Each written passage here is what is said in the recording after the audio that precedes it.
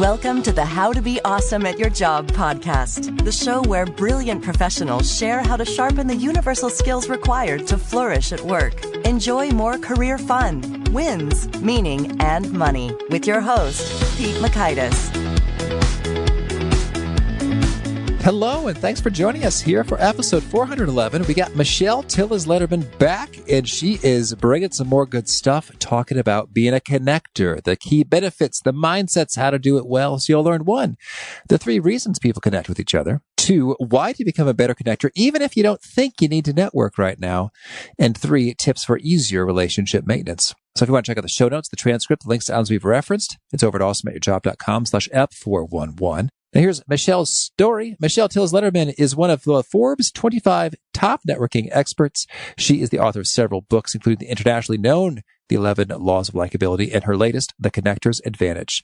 Michelle is the founder and CEO of Executive Essentials, which provides customized communications and leadership programs.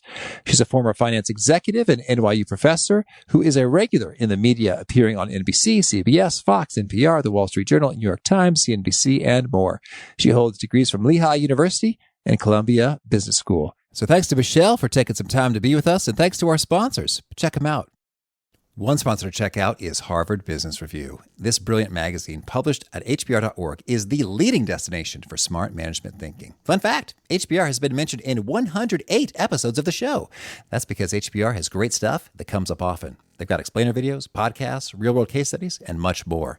I think of HBR each night that I put on my special orange glasses. Their article, Will Blue Light Glasses Improve Your Sleep?, revealed that those who wore them reported better sleep and a 7% improvement in work performance as compared to those who wore the sham glasses. So I cite HBR anytime anyone tells me that I look silly wearing them. Now, much of HBR's content is available for free when you sign up at their site. Subscriptions that get you unlimited content cost $10 a month. If you visit hbr.org/subscriptions and enter the promo code AWESOME, you can save 10% off of that subscription. Again, to save 10% off of your HBR subscription, go to www.hbr.org/subscriptions and enter the promo code AWESOME. And big thanks to our sponsor, Acorns. Acorns makes it easy to start automatically saving and investing for your future. You don't need a lot of money or expertise to invest with Acorns. In fact, you can get started with just your spare change. Acorns recommends an expert-built portfolio that fits you and your money goals, then automatically invests your money for you. NerdWallet.com, whom I love on these sorts of matters, gives Acorns a whopping 4.7 stars and says, quote, if you want to make the most of your spare change, there's no better place to do that than Acorns. Head to acorns.com/awesome or download the Acorns app to start saving and investing for your future today. And we got a legal disclaimer here. It may not be representative of all clients. Tier 1 compensation provided. Compensation provides an incentive to positively promote Acorns. View important disclosures at acorns.com/awesome. Investing involves risk, including the loss of principal. Please consider your objectives, risk tolerance, and Acorns' fees before investing. Acorns Advisors LLC, Acorns, is an SEC-registered investment advisor. Brokerage services are provided to clients of Acorns by Acorns Securities LLC, member FINRA/SIPC. For more information, visit acorns.com. Here is Michelle. Michelle, thanks so much for joining us here on the How to Be Awesome at Your Job podcast for the second time. I love the title of your podcast. Oh, thank you. Thank you. I like your titles as well. You know, I really think that, what does the copywriter say? Clear beats clever. It's like, oh, I know what I'm getting here. It's interesting. I had struggled so much with the title for the new book because I love alliteration. The 11 Laws of Likability, Executive Essentials, that's my thing. And I originally titled the book The Connector's Club. And I got some feedback that it sounded exclusive and it sounded elite. And I said, that's really not what I'm trying to project. I want people to realize that being a connector is accessible. And so I let go of the alliteration and we landed on the Connector's Advantage. Well, now you got my wheels turning in terms of alliteration. It's like Connector's Club beats Connector's Cabal in terms of being less exclusive. I tried the Connector's Core. I was like, I got to find my alliteration. But it just, you know what? The truth is what I'm talking about is the advantage of being relationship based in your results. So that's what you get, right? Fair enough. Fair enough. Well, so I would definitely want to dig into that, but I also first wanted to hear, you've been doing some connecting all over the world, having visited over 70 countries, and I want to get your take on, is there a country you think more people need to visit because they just don't even know how cool it is? First thought about that question, I thought our own country. Oh, there you go. America. Yeah, there's so much. I will tell you, even after, I think at the time I'd been to 60 plus countries, and I went to Yellowstone and I was blown away. It was one of the most incredible places I've ever been. And it's right here. We don't actually visit our own country enough. So I think we need to do that more. But if I was actually answering the question that you were asking, two of the places on my top 5 list of places I've been are Thailand and Africa. Oh, good, good. Now, Africa's kind of broad. There's so many places to visit within Africa. And I went from South Africa up to Central Africa, and I'm going back. So I can't even narrow it down. There's just so much to see. Well, that's cool. That's cool. And in Thailand, what made it great? I guess I'm thinking that I haven't been there, but I've looked at it and I was intrigued by just how far a dollar could go and custom made clothing and more. I did a lot more custom-made clothing in Vietnam. That was awesome. Oh, yeah? So I was in Thailand on 9/11 when the towers came down. And so how I was kind of taken care of by the people on this remote island, and the people are amazing. The food is amazing. And they have everything, the amazing beaches, the jungle, the wildlife, the city. It just had everything. Okay. Thank you. Duly noted. Suggestion logged. Okay, cool. Well, now I want to hear about your book, The Connector's Advantage. What's sort of the key idea here? The big idea behind the book is that there are certain ways that connectors think, act, and interact that enable stronger connection. And the advantage of being relationship-based is that you get results faster, easier, better.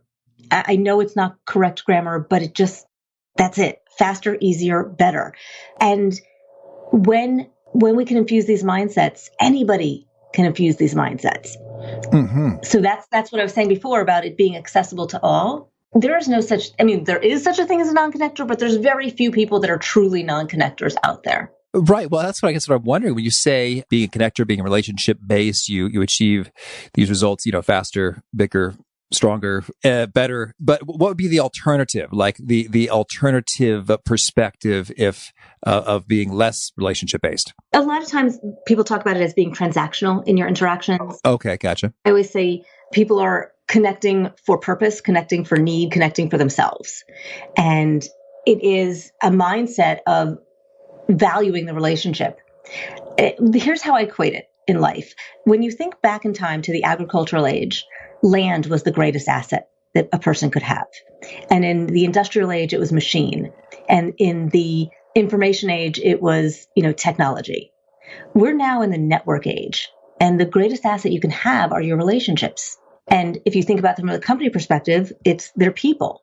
When we say non-connector, a non-connector is somebody who doesn't believe in the value of relationships. A non-connector is somebody who is so averse to socializing and to placing any importance on the people.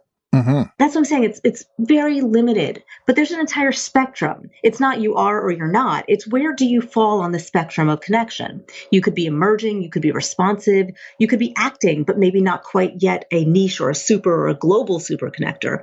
And the truth is, you might not need to be. But the further up the spectrum you go, the easier, faster, and better results you come up with. Well, so I hear you, and maybe it's just far from my experience or personal belief system to imagine being a non-connector. So maybe we'll calibrate a bit on the spectrum too, because I think I've been here before, and some listeners have as well. Like, let's say there's someone who's like, you know what, connecting is good and cool, and networking apparently is something I should be doing. But Michelle, I'm not in a sales or recruitment or marketing type functions, and I'm also quite happy with the job that I've got going on right now, as well as my friends and the people I hang out with. What is the necessity for me to go about doing some good connecting? Well, that's great. And I'm really happy you have all those things in your life. A fictitious person is feeling good. I'm so happy for this person who is in that place in their life. That said, we don't stay stagnant in our life. And if you think about all the things that you may want in your life, personal and professional, it impacts both. You might want a new job externally, but you might just want a promotion internally. You are 70% more likely to get a promotion if you have an active mentor relationship. Oh, that's quite a stat. Thank you. Yeah. Maybe you're not in sales, but part of your job might be to make the customer happy. Referrals make all the difference in how you are perceived within the organization. It's part of your brand. It's part of whether or not you get a yes to being on a project that you're really interested in. Do people want to work with you? It's also with health and happiness. There is a statistic. Julian Holt Lundstad out of Brigham Young University did research on social isolation. And there was an equal mortality impact of social isolation as to smoking 15 cigarettes a day. Oh, wow. Isn't that crazy? Mm-hmm. So if you want to be healthier, which we probably all want, we need to be social. We need to be around other people. It's also happiness. If you want to be happier on the job, close work relationships will boost your productivity, boost your job satisfaction, and actually predict your happiness on the job. It's really impacting so many different things. But let's even take it a step further. You have all those things and you're happy with your friends. But what about you might not have buy a new house, or maybe a storm hit and you need some repair work? Finding those referrals and finding those resources. Oh, yeah. They're so hard to get home renovation professionals that are good. Right. Faster, easier, better. All I have to do is put a little note out to my network. I need this kind of doctor. I need this kind of resource. And I have results within an hour. And it's not just one person. I'll get multiple results. That's what being a connector can do for you. Okay, thank you. So we have a nice, compelling why. So let's dig into a bit of the how here. So in your book, you lay out 7 connector mindsets. Can you give us a little bit of a walkthrough orientation to each of them? Sure. So I'll list the 7 for you, and then we can dive into each one a little bit. But what I want to say is that these mindsets are nonlinear. It's not like you have to do one, then the other. Yes, I write them in a certain order because you have to when you're reading a book, but they enable each other. And you need to think about the ones that you might need to adopt or enhance. And there's some that you probably are doing really well. So the 7 mindsets of a connector are that they are open and accepting. They have a clear vision. They believe in abundance. Connectors trust. They are social and curious. And social and curious is one mindset. They are conscientious and they have a generous spirit. Mm-hmm. And as somebody who is a connector, does that resonate for you? Oh, yes, indeed. It does. And I want to dig into a little bit of all of them. And so, all right, open, accepting, clear vision, believe in abundance, trust, social, curious, conscientious, and generous spirit. Oh, good memory. I totally have your table of contents of your book in front of me. The secrets, insider secrets of the podcaster. So it will put these in the show notes, or the gold nuggets. So anyway, all right. Did any of those mindsets surprise you or be like, oh, that's not what I thought of before? Yeah, I would say that I buy them all. Yeah, I'd say, yep, that works for me. Although I think there's the potential for misconception on some of them. So, for example, let's just go with open and accepting. What does that mean and what does it not mean? Is that one that was surprising or misconstrued? You know, it wasn't, but I think I'm gonna give a little bit of a treatment to each and delve deeper into a couple. Okay, so you'll have to tell me because I'm guessing at the 2 that I think you'll say for that. So I'm waiting to see if I'm right. But open and accepting is about not just being open and accepting to other people and to connecting, but to be open and accepting of yourself. One of the things I talk about is to accept ourselves and what I call your unique charms. A unique charm is a quality about yourself that is kind of innate to who you are, but that quality doesn't always work for you, but you don't want to change it either. I like that, the way you've packaged that, because I think I've got a number of these and they've brought me great joy and great pain over the course of... So tell me about one of your unique charms. Well, I've been told, that I talk differently in terms, I guess, word choice and pacing, meter, enunciation, pausing. And so for some people, that's a little off-putting, like, that's a little bit weird. Is this guy for real? What's his story? I don't know if I feel super comfortable having that person be my boyfriend, for example, is what I'm thinking about. And other times, just like, oh man, this guy, he's kind of fun and different and unique. And I enjoy sort of the energy and the vibe of, it's just sort of fun and different being around him. And as a podcaster, I'd say, hey, that's a differentiator. I'm going to claim that as a unique charm there. That is a great example of a unique charm. Mine's not that different. I've had multiple ones, but one of mine is that I can talk a lot, which I'm sure you've already picked up on. And I was always very uncomfortable with silence. I've gotten better at it, but I would just fill it up. And if I ever got nervous, I would just talk more and talk faster. And here's the thing. I can come on too much and I can come on too strong, and that's when it can work against you. But what we talk about in being self-accepting is not just saying, well, this is me, deal with it. It's about saying, okay, in this exchange, it's not working for me, so I'm going to flex. A flex is a momentary, temporary adjustment to enable connection to form with somebody else. Mm-hmm. It's not changing who you are, but it's adapting to enable somebody to see beyond that quirk or that charm. Yes, I like it. Very good. Okay. Well, and so with being open and accepting of ourselves as well as others, can you give us an example of what are maybe some barriers or closedness, non-acceptingness that people can mistakenly engage in? Okay, so that was that phrasing that I have to now follow. Non-something. I guess the opposite of being open and accepting, closed and non-accepting. Well, so one of the things that we tend to do as humans, which is totally natural, and we should not be hard on ourselves for it, is that we quickly form conclusions. Now, this is natural and this is necessary and has been in the past. You had to determine very quickly, was somebody friend or foe? Do I need to be ready for fight or flight? But it's still innate. We have brains that are constantly taking in information, processing it, and forming conclusions. What I try to have people do is to slow their thinking down. So one of the things that I talk about is staying in a place of curiosity versus conclusion. Okay, yeah. And to stay open to being wrong. And I think back to business school.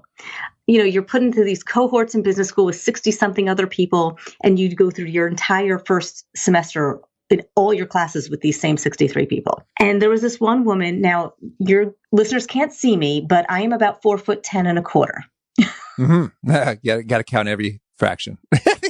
I got to go with that quarter. You know, I want to round up to 4'11", but the driver's license people wouldn't let me.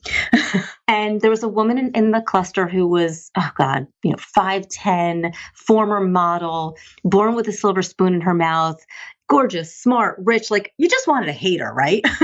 Mm-hmm. And she never spoke to me. And I always felt like she was just looking down her nose at me, because she literally was looking down at me because she was towering over me.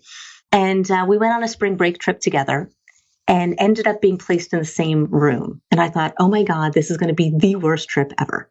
Turns out she's really shy. Mm-hmm. And she just didn't talk to me because she was not an outgoing person and she didn't know what to say. And we were on this trip and I got to know her and we talked and I ended up being a bridesmaid in her wedding. Oh, there you go. And that is where part of me started saying, oh, you know what?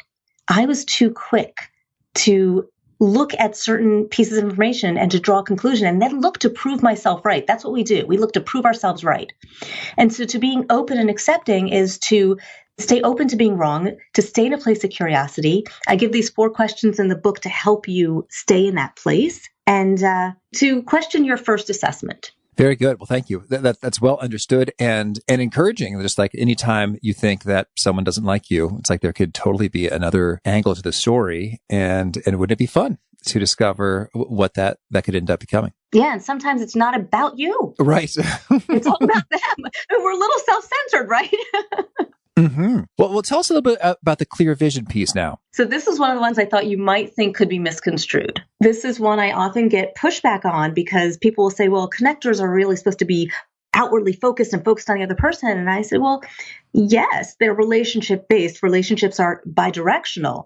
But if connectors are going to get the advantage, results faster, easier, and better, they need to know the results they're looking for. So having a clear vision is about knowing what you want and knowing how to ask for it. Mm-hmm.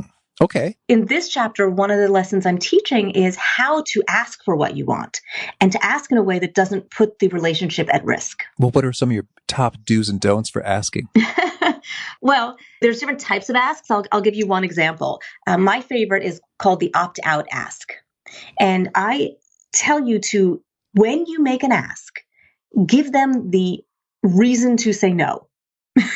And now I know that sounds counterintuitive, but if somebody wants to say no, they're going to find the way to say no. And if they're uncomfortable saying no, now they want to avoid you, and that puts the relationship at risk. If instead you say, if you have the time, there's your excuse.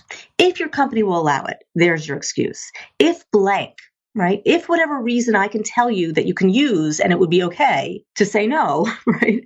Then I would love for you to do this. And then they could easily say, oh, I am really too busy right now. And then you can say, that's okay. And you live to get a yes another day. I kind of like that. The request I get most often these days is, I want to be on your podcast. It would be kind of refreshing and nice if someone gave me that upfront permission, which is, if you think this would absolutely delight your audience, Right. Otherwise, feel free to delete this immediately. That would make me feel a little bit better. Yeah. Well, it's interesting because as I've been doing podcasts, at the end, we always have our little conversations. And I often say, hey, if there's another show you think I'd be a great fit for, I welcome a recommendation. That's very easy for you to be like, well, I can't think of a show that is a great fit. And that's okay. Right. Or that pitch person can say and be a little bit more specific about, here's why I think it would be a fit if you're looking for that angle right now. There's your excuse. We're not focused on that angle right now. So you can see how quickly you can find that little clause to add to give that person permission. And I think it's also great because in a way it gives you some permission. Because if I'm kind of scared to ask, I don't know, I don't want to put them out. I don't want to be too, aggressive or make them uncomfortable.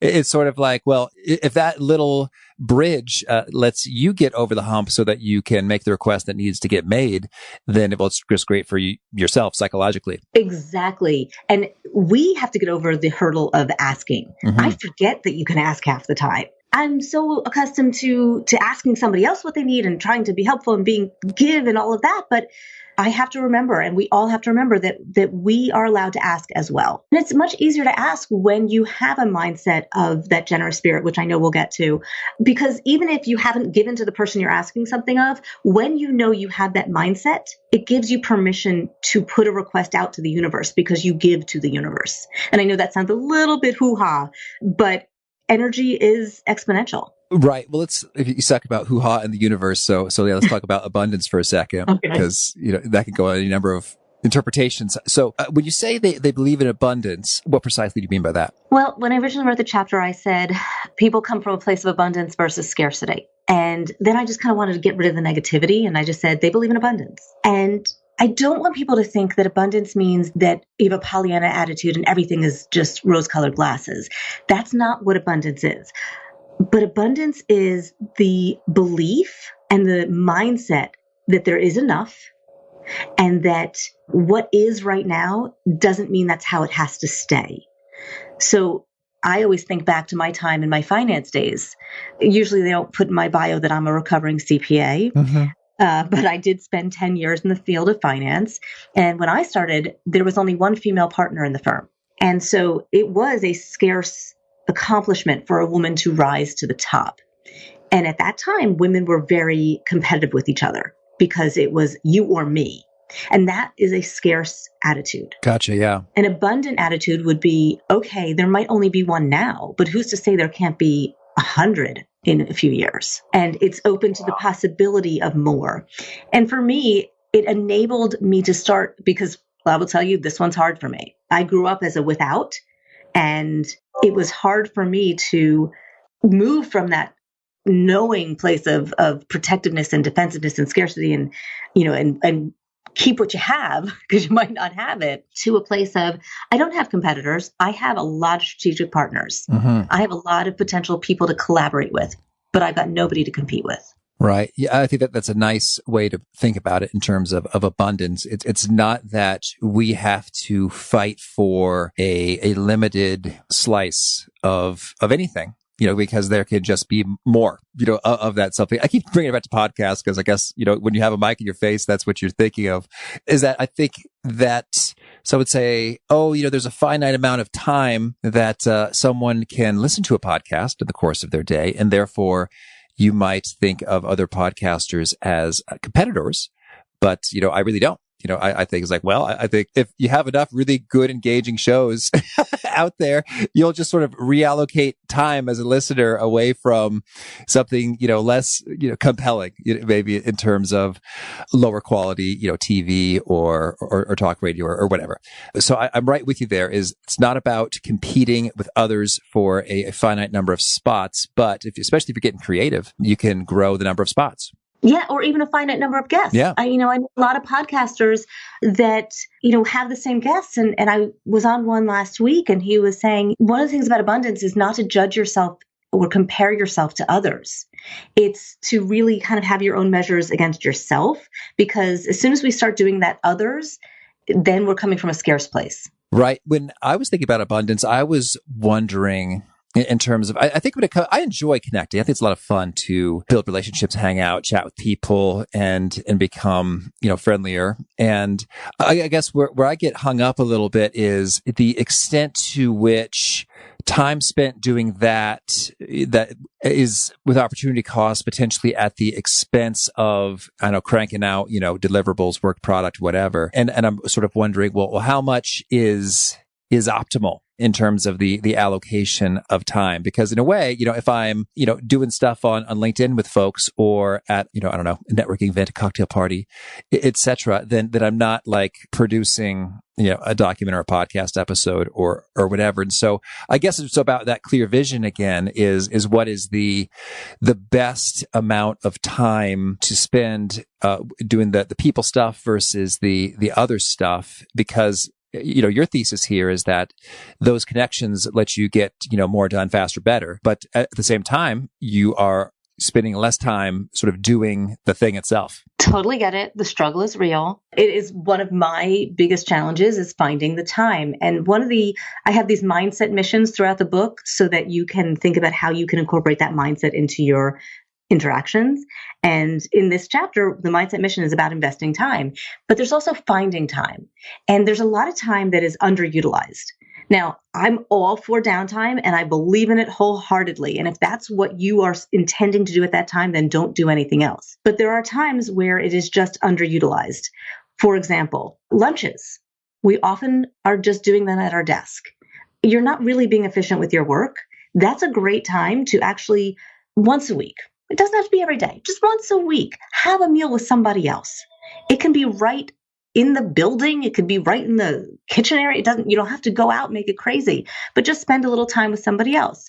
Your commute time is another underutilized time. You're not really downtime, but I've shared commutes with people and as ways to catch up. I've done emails, reconnecting with people while I'm commuting. That's great found time. And if you're a driver, it's a great time to be on the phone. They can keep you company. Mm-hmm. For me, anytime I'm in food coma is a great underutilized time because my brain's not really functioning after I eat. So I might as well schedule a call after lunch every day and just do a catch up until the food digests and I can use my brain again. That's very clever. Yes. I always say, do the things that you're doing and invite people to do them with you.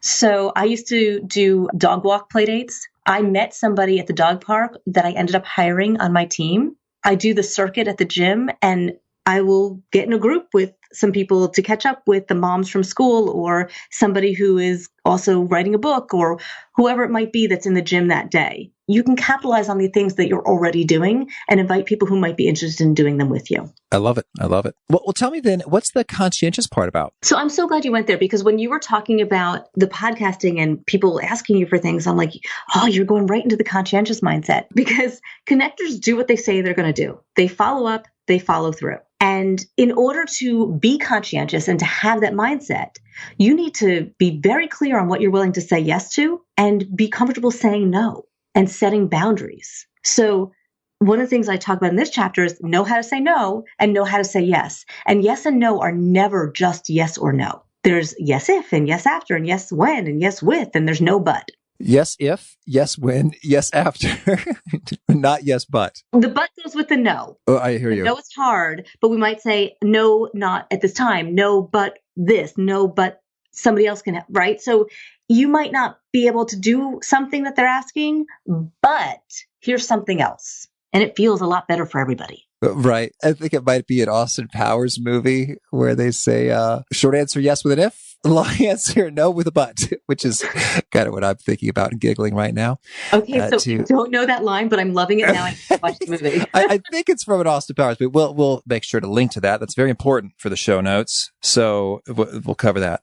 But I like that a lot. So I want to hear some of your favorite ways to say no. You sort of offered some alternative resources they could look at to, or different timings. So, because saying no is tricky for some people. So how do you do it well? One of the things I do is I give them a way that they can get a yes later.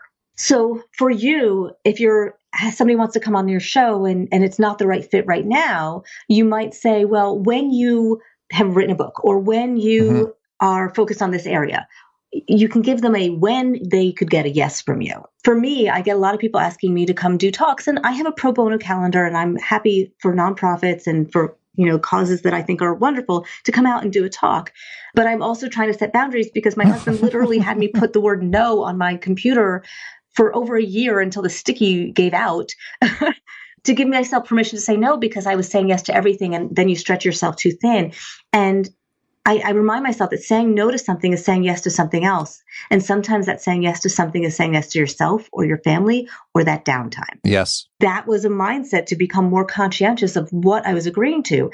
And so when somebody would ask me to do a free talk, and they were like, yeah, we have 30 people and it's an hour from your house during rush hour, but we'll buy you dinner. Right. I can't eat when I'm talking anyway. So, and it wasn't really about the dinner. It was, no, I can't do that. But I'll tell you what, if you can get a couple organizations together and get me a couple hundred people, and if they'll each buy a book in advance, I will come down. Right. Or something along those lines that say, here's how I can say yes to you. Well, and I'm intrigued when you say that you're saying no to something is saying yes to something else. And that's getting me thinking of, did you have, as you were learning to say no better, a particular sort of, default comparison point in terms of, hey, if I say no to that, I'm saying yes to this particular other thing, whether it's myself or family or a paid speaking engagement or whatnot. So I'm thinking like that really strikes me as a means of, if you can establish a clear bar in terms of what am I comparing this to? Because in a way, you're comparing it to everything. The opportunity cost means you could do anything else in the world if you weren't doing that thing.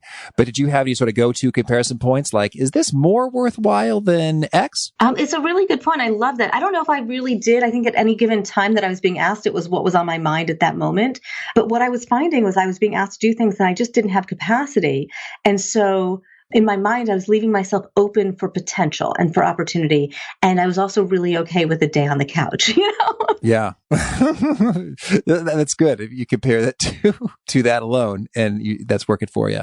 Okay. Cool. Well, and so also when you said conscientious, that what I thought you were going to go with that as well is just the notion of the follow-up. I mean, it's so common that the follow-up just never happens. And I want to get your take on, do you have any pro tips for bringing about more consistency? If you say, oh yeah, I'll send you the name of that contractor, or, oh, I'll make sure to send you, whatever. It seems like there's a lot of verbal promises made that don't materialize in my experience. So what are your tips there? We all need our own systems, and I'm happy to share mine. That is one of the things that a connector does. They follow through. They do what they say they're going to do. And they do things in a certain way. I talk about how does a connector do things in the book? Like, how do they make an introduction? How do they follow up? How do, whatever that is that they might do, they do it in a particular way. For me, I'm often saying those things. I think about the anatomy of a conversation as looking for the next point of contact. So if in your mindset, if you're relationship based, you're looking for the reason to stay in touch with somebody, you're looking for that connection point. And I'm always looking for that in that conversation. And once I find it in the conversation, I feel that it's okay for the conversation to end because I know the relationship can continue. So what I will do is, depending on the situation, if I have a card, I will write something on the back of their card. I have a graveyard of business cards in my office. I mean, I'm looking at the pile that probably is over a foot tall if I stack them all on top of each other. If that card did not have something written on the back, they probably did not get a follow-up because you can't. And it's okay that you cannot follow up with every single person. But if you know what the follow-up is going to be, it's much easier to do it.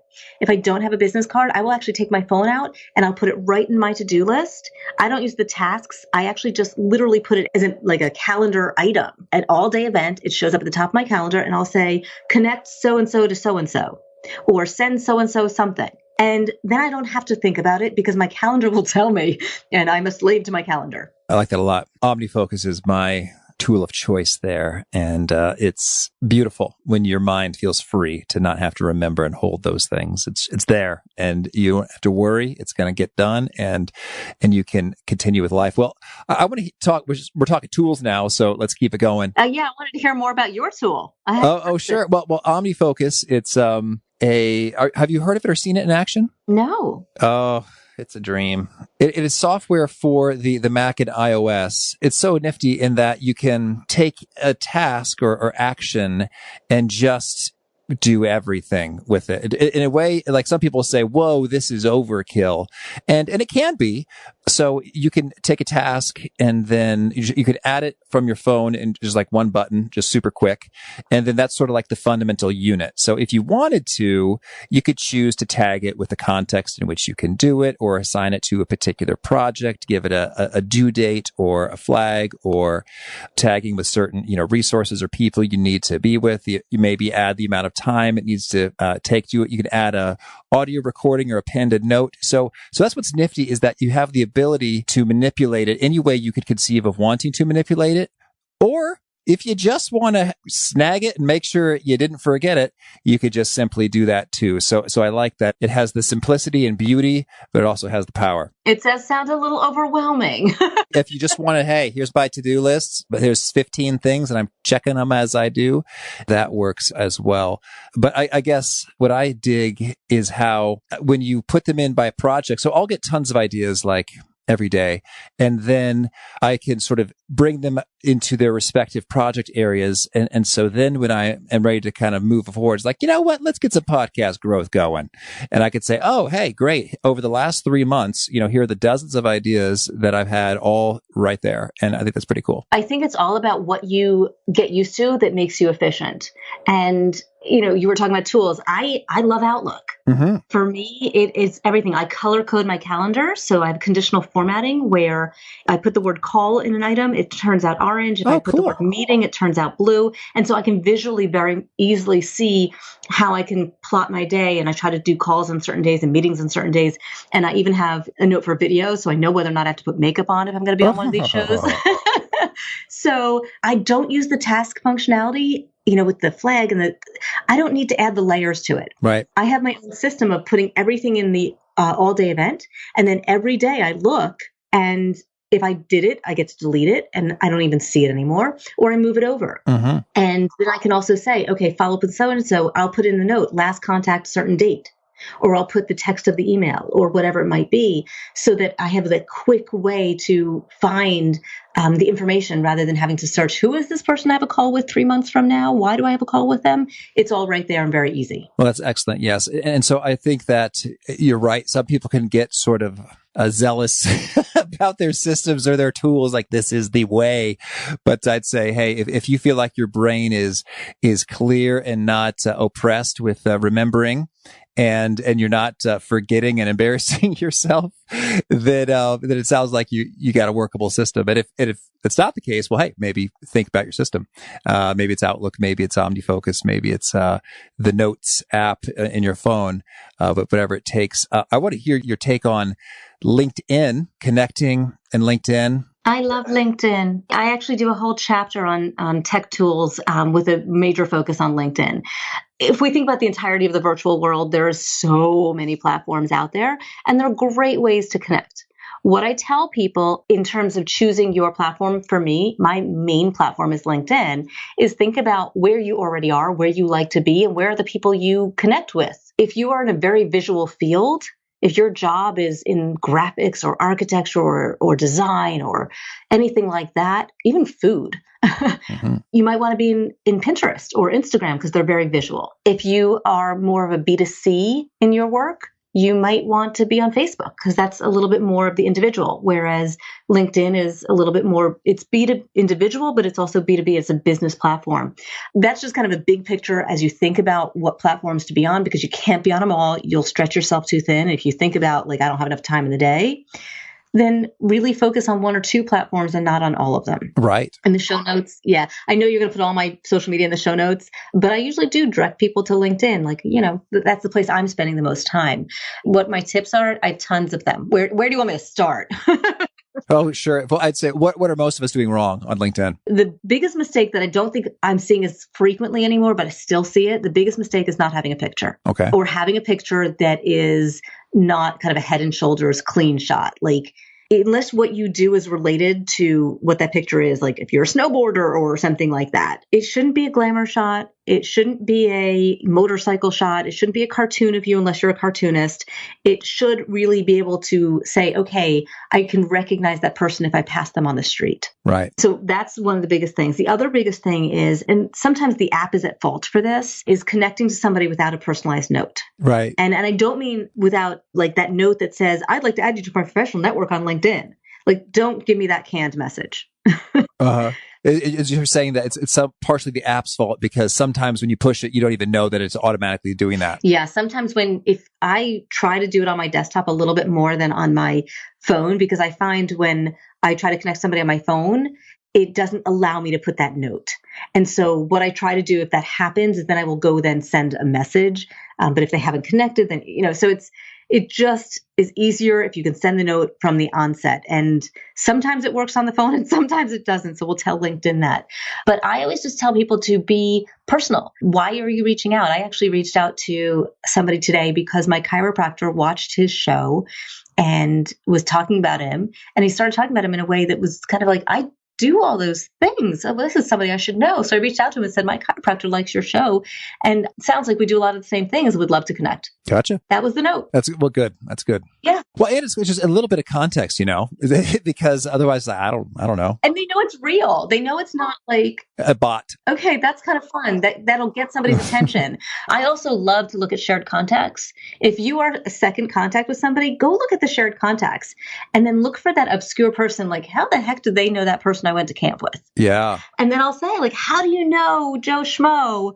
I went to summer camp with him when I was 13 years old, And then you have that, now we're kind of going to my first book, which is The Law of Likabilities. That's that law of similarity and that law of association. People like them and people like people who they know. So it kind of gives you that we have this person in common and it's not just another contact, it's somebody I really know. And it can start a great conversation. Absolutely. Do you think about the keywords at all with regard to what's in your profile and how you're representing yourself and what's findable? Yes, but maybe not as much as I should, but yes.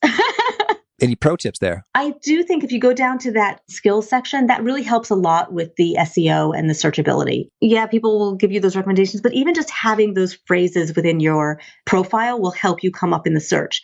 The other thing I would say is, unless there's a reason not to, then I suggest connecting to more people than less. I don't have Lion. I'm not a LinkedIn open networker. But if I can find a reason, if I don't think you're going to spam me or ask me for my hand in marriage, which I've had happen a few times. You're making an impression, Michelle. I've had these notes where it says, I know this is not, but I was taken by your smile. And I'm just like, oh, no, block, But unless it's going to be one of those, then you are going to increase your search by being connected to more people because it expands your network and you're more second in line and you'll come up in other people's searches. So it helps you to be connected to more people. Sometimes people are really stringent with it. And I used to be a little bit more stringent with it. I really wanted to know who was in my network. But what I started to realize was if I was willing to receive a request from somebody in my network and ask a request from somebody in my LinkedIn network, even if they were weak ties, then I would be willing to say yes to those connections. Gotcha. Cool. All right. Well, tell me, any other final tips when it comes to maybe the maintenance of authentic relationships? Because it can be quite easy to kind of lose touch with folks, especially if you're connecting with a lot of them. How do you go about the maintenance mode? That's a great question. And it's never too long. That's the one thing I want people to remember. It is never too long, because people are like, well, what's too long before, you can't really reach out anymore? There's no such thing. You know how many emails I have sent that had a subject line, been too long, or thinking about you, or let's reconnect, and just owning the fact that, you lost touch, or it's been a while. Just really doing those little light touches to just keep in somebody's mind without getting in their face. So that's your subject line, been too long. Then what's the rest of the message? And then I'll send a note saying, hey, you just popped into my head wondering what you've been up to. Here's my quick update. Let's catch up. Beautiful. 2-3 sentences. You're spending less than 3 minutes on the effort of just putting yourself back into somebody's mind. And even if they don't respond, you still put yourself back into the front of their mind. Well, and now I'm wondering, is it if you had to put a number on it, what proportion of those messages get a reply? I would say the majority of mine do, to be honest with you. Sure. And I use different formats. Sometimes I'll use email. This week, I actually reached out to somebody on Facebook Messenger because I know that's where she is. And it's somebody who I know. She's not a strong relationship, but I also know she's going through something. And so I sent a little note on Facebook Messenger saying, hey, I was just thinking about you. Hope somebody in her world is ill. And I said, hope your friend's feeling better. That was it. She was on at that moment, and she instant messaged me back, and we had like a quick 3 or 4 back and forths, and that was that. And she knew I cared. And that's all you're really trying to do in maintenance, is to say, I care. I'm thinking about you. I want to stay in your world. You're important enough to me to make an effort. Got it. That's it. All right. Any final thoughts before we hear about your favorite things? Oh, I know these favorite things. I don't know if I remember all. Yeah, I don't know if they're new. We'll see. The diligent listener might compare. I don't remember all of them, but hopefully I'll have some good answers for you. All right. So, okay, let me have it. I'm ready. All right. How about a favorite quote? One of my favorite quotes is actually from a song, You're Never Fully Dressed Without a Smile. And a favorite study or experiment or bit of research? I don't know if this is a favorite, but I've actually recently was just looking at a study, so it's front of mind. It was the decision to attend study, because I was looking at why do people say yes to going to certain networking conferences or social events. And actually networking was one of the top 3 reasons. So I thought it was really interesting. And how about a favorite book? 7 Habits of Highly Effective People. If we're doing business books. Oh, sure. If we're doing non-business books, I have a whole nother list. Well, I'll take one from the other list as well. Anything Ayn Rand, anything Frank McCourt. What did I read recently? Oh, Ellie Oliphant is Perfectly Fine was very good. And how about a favorite tool, something that helps you be awesome at your job? Well, we already talked a little bit about Outlook and LinkedIn, and those are probably 2 of my favorites. All right. And a favorite habit? I don't know if I really have habits. That's intriguing right there. I think I will get into habits, but then get out of habits. I'm very inconsistent with structure. And I think maybe being unstructured is my habit. Well, that's fascinating. I'm like, I don't know if that's a good answer. No, well, I mean, well, now I'm wondering, are you unstructured at recurring times of the day? No. Okay. Maybe the only habit I can think of is that there's typically always a jigsaw puzzle on my dining room table. How's that? Oh, no kidding. That is interesting. My brother's amazing at puzzles, and somehow I'm not. He is 2 to 3 times faster than I am at putting together puzzles. It's amazing. I love them. I find them meditative. It really is soothing in terms of you got nothing else to do. And it takes all, at least for me, it takes all my brain power or the vast majority to continue making progress on a puzzle. So I can't worry about anything else. Yeah, I've got a monkey brain and it's always thinking about a million things. But when you're focused on a puzzle, everything else falls by the wayside, which is why I find it very calming. And is there a particular nugget that is really seeming to connect and resonate with folks from the book? Maybe it's highlighted or retweeted a lot? Yeah, actually, the last line of the book, it's that networking is something that you do, but a connector is someone that you are. Okay, yeah, that feels very retweetable. But hopefully you haven't ruined the book if you spoiled the ending there. No, that's just kind of like a way to like land it. Certainly. That was one of my favorite jokes. It was a nonfiction book. And they said, "Oh, tell me how it ends." Zing. And if folks want to learn more or get in touch, where would you point them? The best place to start is my website, which is Michelle with 2 L's, Tillis, Tillis, Lederman, Lederman.com. From there, you can get to my YouTube. I do videos, my blog. You can find all that social media that we were talking about. But if you want to get the book, go to theconnectorsadvantage.com. I'm giving bonuses away. Even after the pre-order period, I'm going to leave those bonuses up so that you get some extra goodies when you get the book. Oh, thank you. I'm actually telling people to BOGO with the book, to buy one, gift one, and use the book as a means to reconnect with someone. Clever, yeah. And you have a final call to action or challenge for folks seeking to be awesome at their jobs? Pick three. Pick three people. I want you to pick one person that you've lost touch with from your childhood, your college days, your last job, that you want to reconnect with. One person that is in your existing life that you want to strengthen a relationship with. And then one person of your choice. Pick three, have those people's names in your mind, and then find one way to reach out to them within the next week. Beautiful. Well, Michelle, it's been a lot of fun once again. I wish you lots of luck with your book, The Connector's Advantage, and all your other adventures. Thank you for having me. It was so much fun.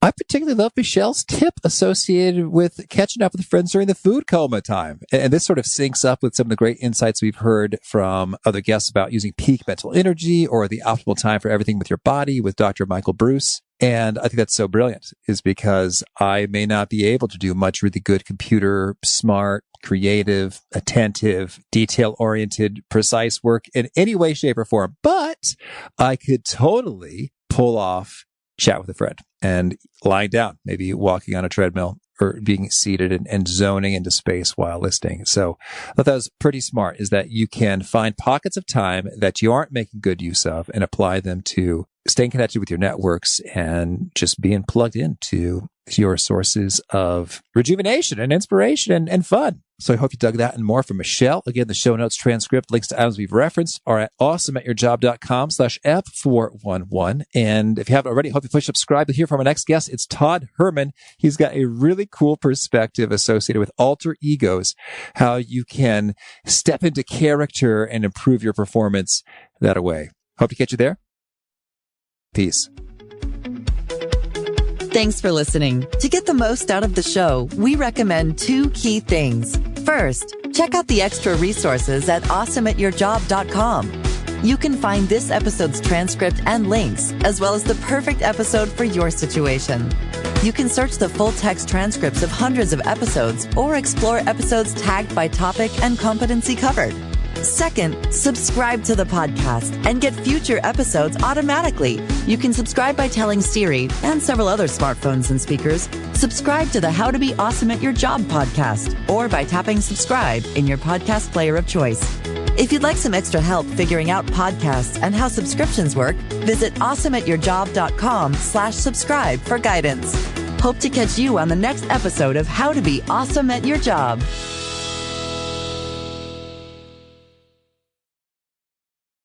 This episode is brought to you in part by Purina. Purina is dedicated to creating richer lives for pets and the people who love them. From helping older pets think like their younger selves to making cat ownership a possibility for more people than ever, Purina is helping pets thrive so they can live long, healthy, and happy lives. Purina has you covered for all your furry friends' needs, whether they meow or bark. From litter to treats to their best-in-class, nutrient-packed food with taste your pets will love, Purina's got your back at every stage of your pet's life. Your pet gives you the joy of the spring sunshine all year round. So today and every day, care for your pet with Purina. Your pet is Purina's passion. To learn more, head to Amazon.com/Purina.